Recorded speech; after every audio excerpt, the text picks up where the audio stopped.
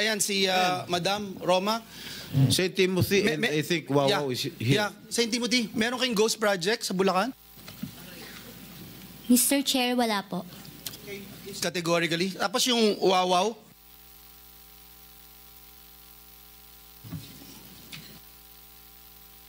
Good morning po. Yeah, can you answer yes or no? Ghost project? Can you turn on the microphone, please?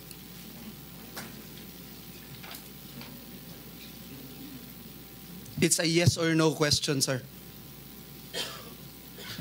Wow, you're You don't looking, even know? You're looking for your lawyers? Wow. I invoke my right of self-incrimination in your honor. Okay. Ano? Can you repeat your answer? Wow. Can you repeat your answer, Mr. Arevalo? I invoke my right for self-incrimination in your honor. My God. The question of the majority floor leader is very simple. It's very simple. Do you have any ghost project in any of the areas here in the Philippines? Answer.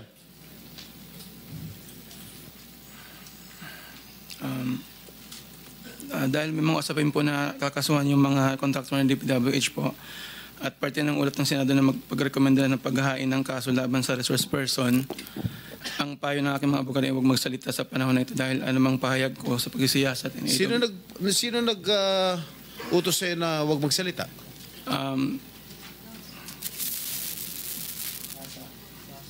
Sino? May binabasa ka ba? Ginawa ko po, Your Honor. Ano binabasa mo? Pasensya po kasi kinakabahan po kasi po. It is only answerable by yes or no, Mr. Arevalo. Is there any ghost projects of Wawaw builders?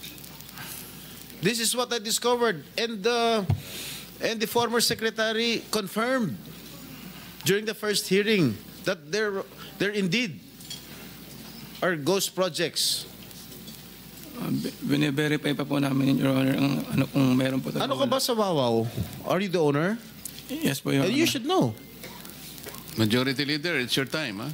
Yes, Mr. Chairman. I'm just disappointed, Mr. Chairman, kasi pambira ka, sasagot ka ng ganyan, ghost project. Parang tinatanong ka kung tao ka, hindi mo alam kung tao ka.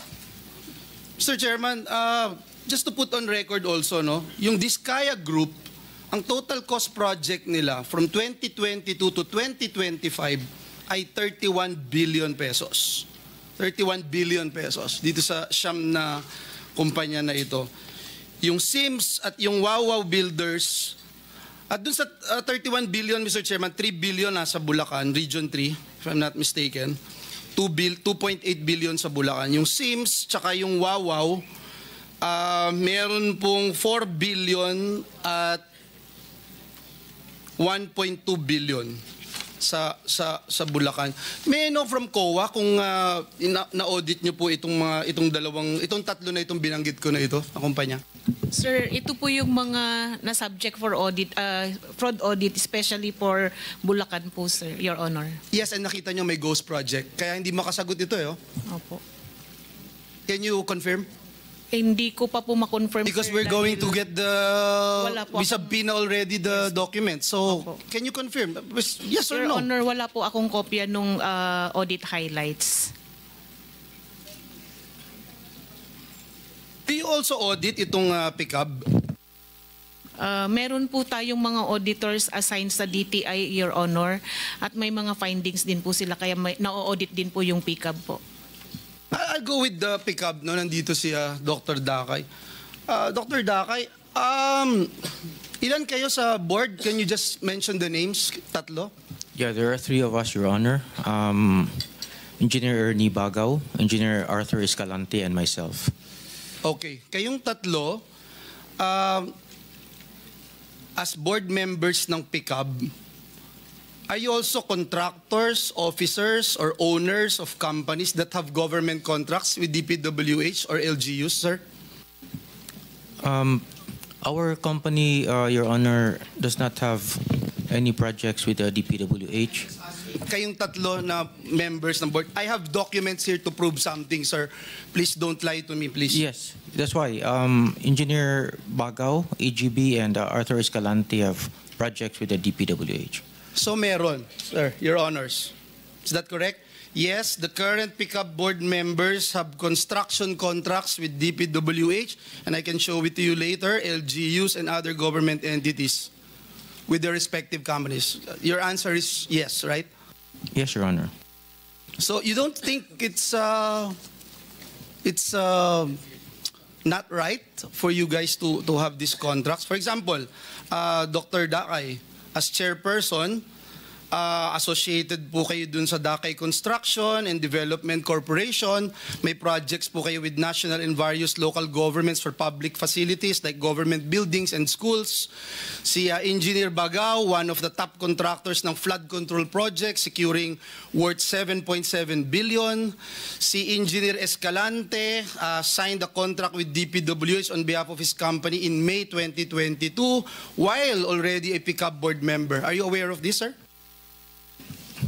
Yes, I'm aware of that, Your Honor. And there's nothing wrong with it? Actually, Your Honor, all of the members of the board of PICAP and the other boards in CIAP are all contractors. And there's no conflict of interest, you think, among your officials?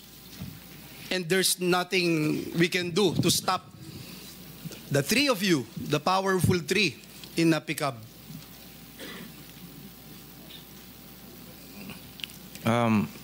Your Honor, if I may speak for myself, we do not have any government projects, Your Honor. We used to have, but not anymore. And I will no longer belabor the issue. I think it's very clear, Mr. Chairman, what I'm trying to raise here. Yung sa DPWH, paano natin napiprevent yung pag-rent out o yung purchase ng pickup licenses? Your Honor, that is a very good question. And I'm not asking you, I'm asking DPWH.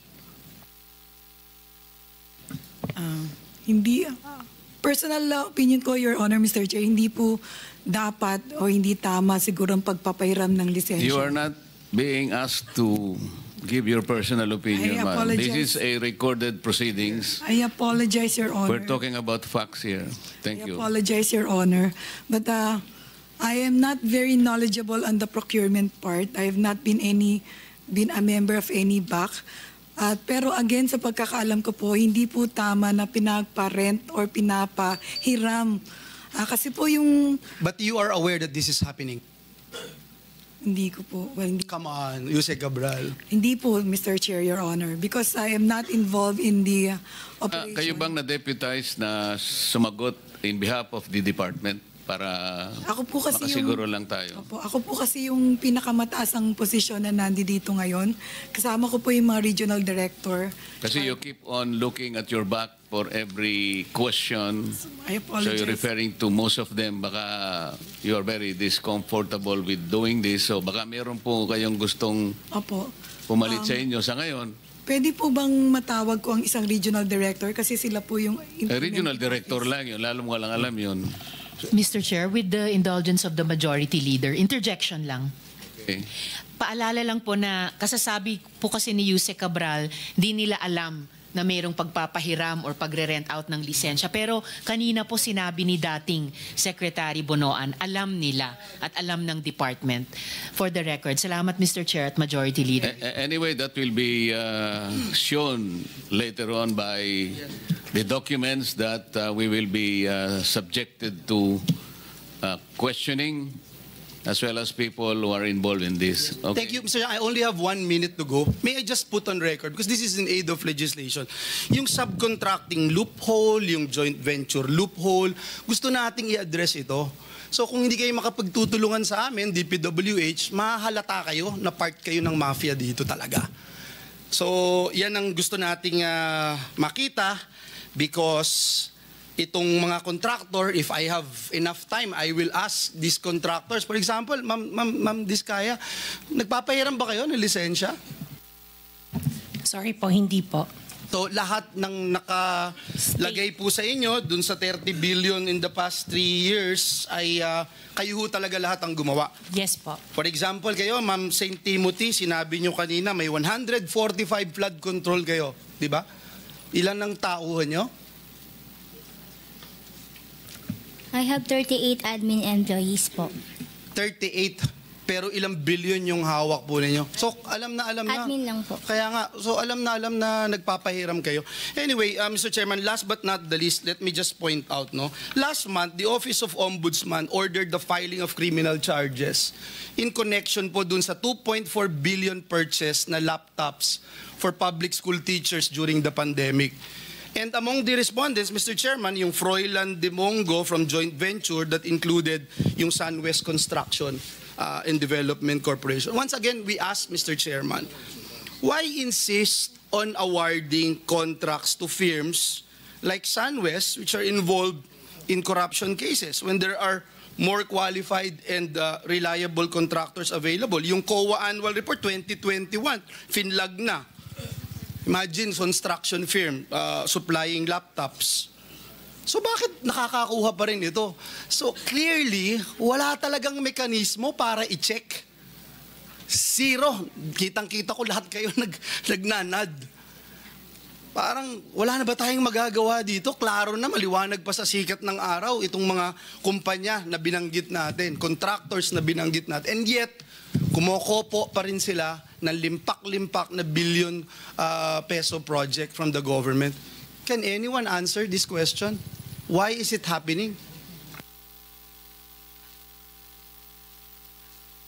PICAB, DPWH, COA, didn't we see this already? Your Honor, sir, jurisdiction po kasi yun ng GPPB. And usually po, sir, yung blacklisting po is 1 year lang po yung pag-blacklist nila. After 1 year po, pwede na po ulit silang makipag-transact or makipag-bid po. They can produce again, they can apply again, and ang PICAB, bibigyan ulit sila ng lisensya. Opo. Opo, Your Honor. At umuoo po kayo, Dr. Dakay, so ganun talaga. Kahit alam niyong blacklisted or... Because, Your Honor, if I may, the blacklisting is actually a function of the PPBB because they are the ones who are enforcing Republic Act 9184, which is the procurement law. So it is within their ambit to do the blacklisting. Because it is Okay a now, Mr. procurement. Chairman, nakakainit lang ng ulo. Salamat po, pero parang wala akong patutunguhan to pag itong ating pamahalaan, ating gobyerno, wala So na it's now tayong the turn pakialam. of